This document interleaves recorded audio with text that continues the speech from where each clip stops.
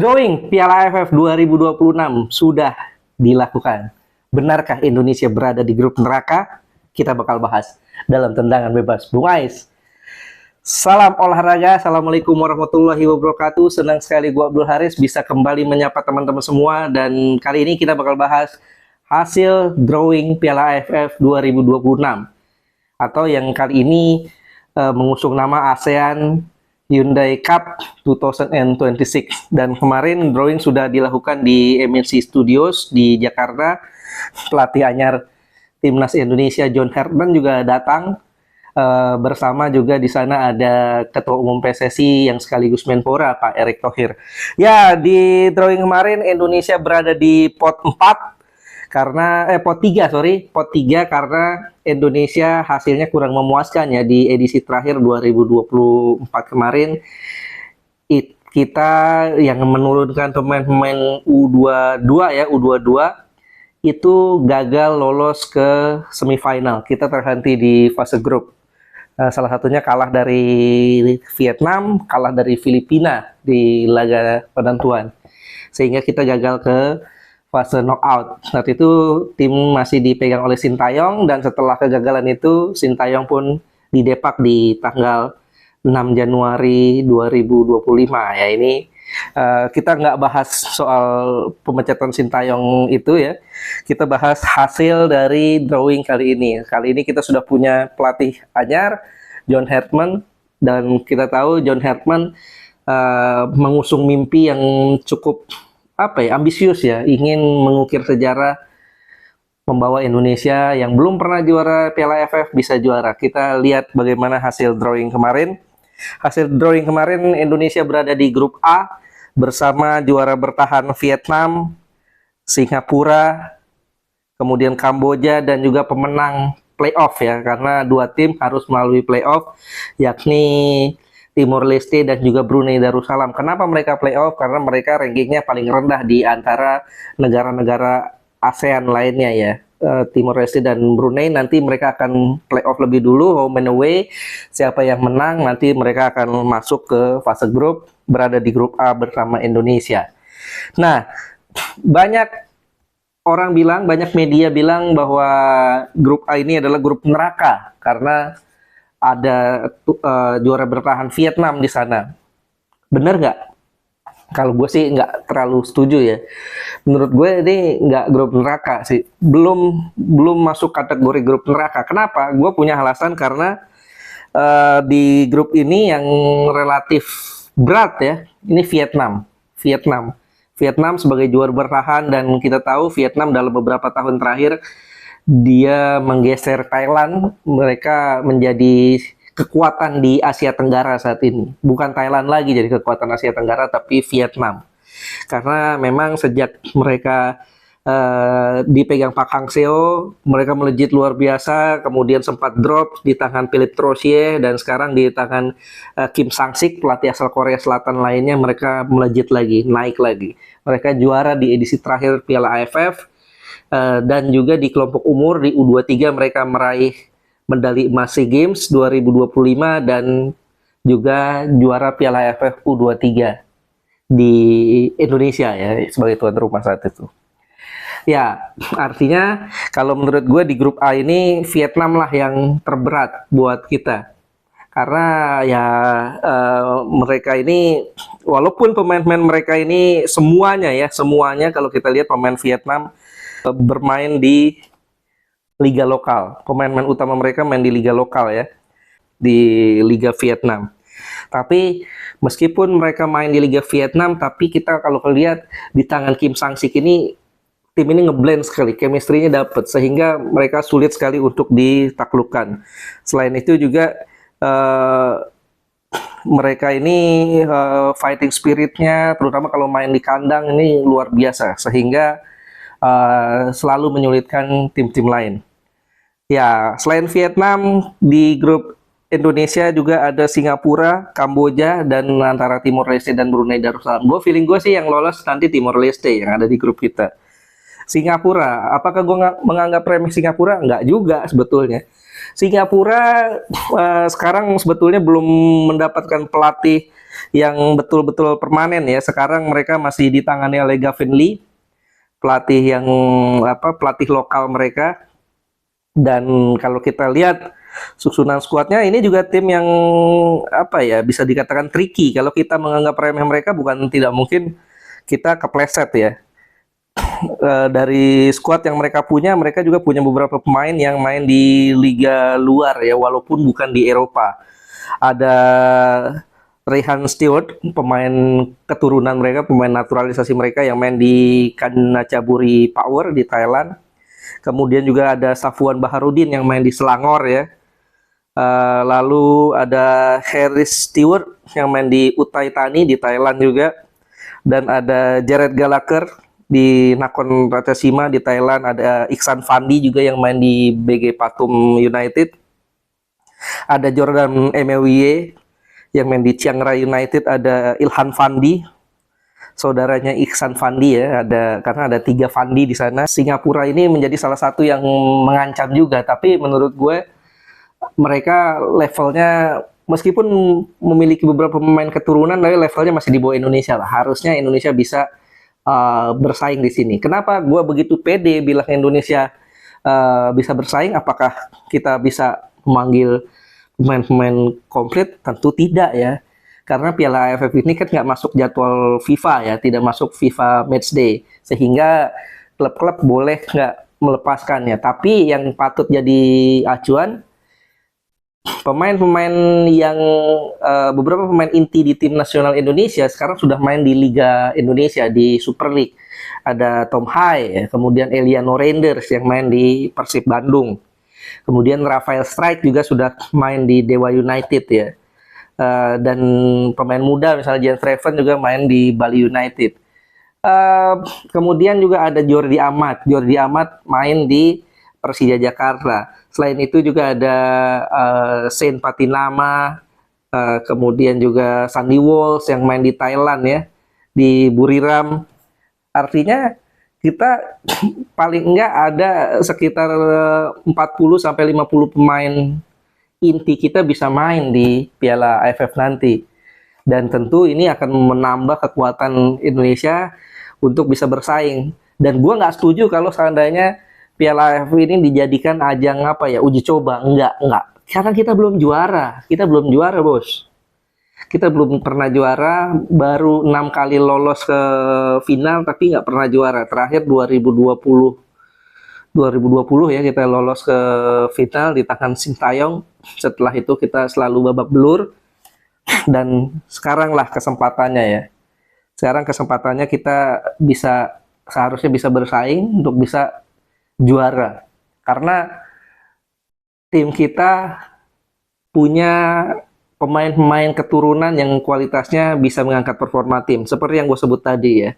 Jordi Amat, kemudian juga Sandy Walsh, Saint Patinama, lalu ada juga Tom Hai, Eliano Reinders. Ini pemain-pemain yang sedang bagus ya. Mungkin Rafael Strike yang masih belum menemukan performa terbaik ya di Dewa United, tapi gue berharap dengan skuad ini kita bisa tampil ngejreng lah, bisa bersaing untuk memperebutkan trofi untuk pertama kalinya. Dan selain Singapura, ada juga Kamboja yang nggak bisa dianggap remeh. Kemudian Timor Leste ya, Brunei kemungkinan nggak masuk. Jadi Vietnam yang menjadi rival utama kita, Singapura, Kamboja, dan Timor Leste ini tier kedua lah yang jadi pesaing kita. Dan gue yakin karena kita diuntungkan jadwal ya, kita akan melakoni laga pertama menghadapi Kamboja di bulan Juli nanti ya. Ini belum ditetapkan tanggalnya, karena opening nanti di tanggal 24 Juli. Kemungkinan ini main di tanggal 26 ya. Kemungkinan main di tanggal 26 atau 27 Juli. Lawan Kamboja pertama di GBK. Oh iya, formatnya di fase grup Piala AFF ini adalah setiap tim, 5 tim di fase grup ini, 5 tim grup A, 5 tim grup B ini, setiap timnya masing-masing mendapatkan kesempatan 2 laga kandang, 2 laga away, 2 laga tandang. Dan Indonesia alhamdulillahnya kita mendapat laga kandangnya itu lawan Kamboja dan lawan Vietnam. Lawan Vietnam kita main di kandang ya, kemungkinan main di GBK. Jadi ini tentu menjadi modal bagus untuk dapat poin. Lawan Kamboja di pertandingan pertama, kemudian pertandingan kedua kita harus away ke pemenang playoff ya, kemungkinan Timor Leste. Dan pertandingan ketiga kita menjamu Vietnam di bulan Agustus, dan pertandingan terakhir fase grup kita away ke Singapura.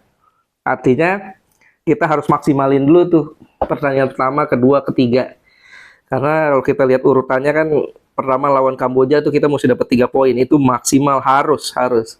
Kemudian laga kedua kita lawan Timor Leste di kandang Timor Leste, dan laga ketiga kita menjamu Vietnam. Paling nggak minimal 2 pertandingan ini, artinya kita nggak langsung dihadapkan oleh pertandingan yang berat. Ini tentu jadi modal bagus buat Indonesia, artinya karena pertandingan pertama itu selalu sulit.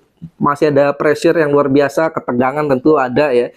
Dan untungnya 2 lawan yang kita hadapi di awal itu 2 lawan yang levelnya di bawah kita, Kamboja dan kemungkinan Timor Leste. Baru kemudian di laga ketiga kita lawan Vietnam. Artinya kita bisa lakukan rotasi tuh. John Herdman bisa lakukan rotasi. Mungkin di laga pertama tampilin pemain-pemain utama lawan Kamboja, di laga kedua lawan Timor Leste mungkin ada rotasi, beberapa pemain diistirahatkan ya, pemain inti. Baru laga ketiga full tim lagi, dan laga keempat bisa kita lihat tuh kita butuh poin maksimal atau enggak gitu. Untuk kalau bisa di setelah lawan Vietnam itu kita sudah bisa memastikan kita lolos atau enggak ke semifinal.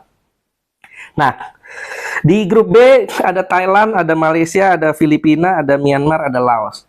Ya, kita nggak perlu bicara jauh-jauh dulu deh.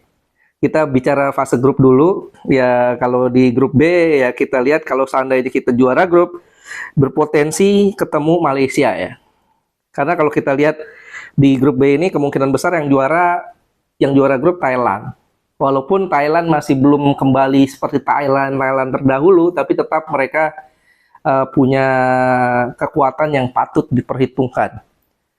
Apalagi mereka punya pelatih baru ya, Anthony Hudson, pelatih asal Inggris juga ya. Dan tentu Anthony Hudson sendiri juga bersyukur mereka nggak ketemu Indonesia di grup. Indonesia dan Vietnam jadi 2 lawan yang diwaspadai oleh Anthony Hudson. Ya, mereka juga punya kekuatan ya di skuad mereka. Mereka punya beberapa nama yang patut diantisipasi, tentu seperti di Ben Davis ya di Thailand.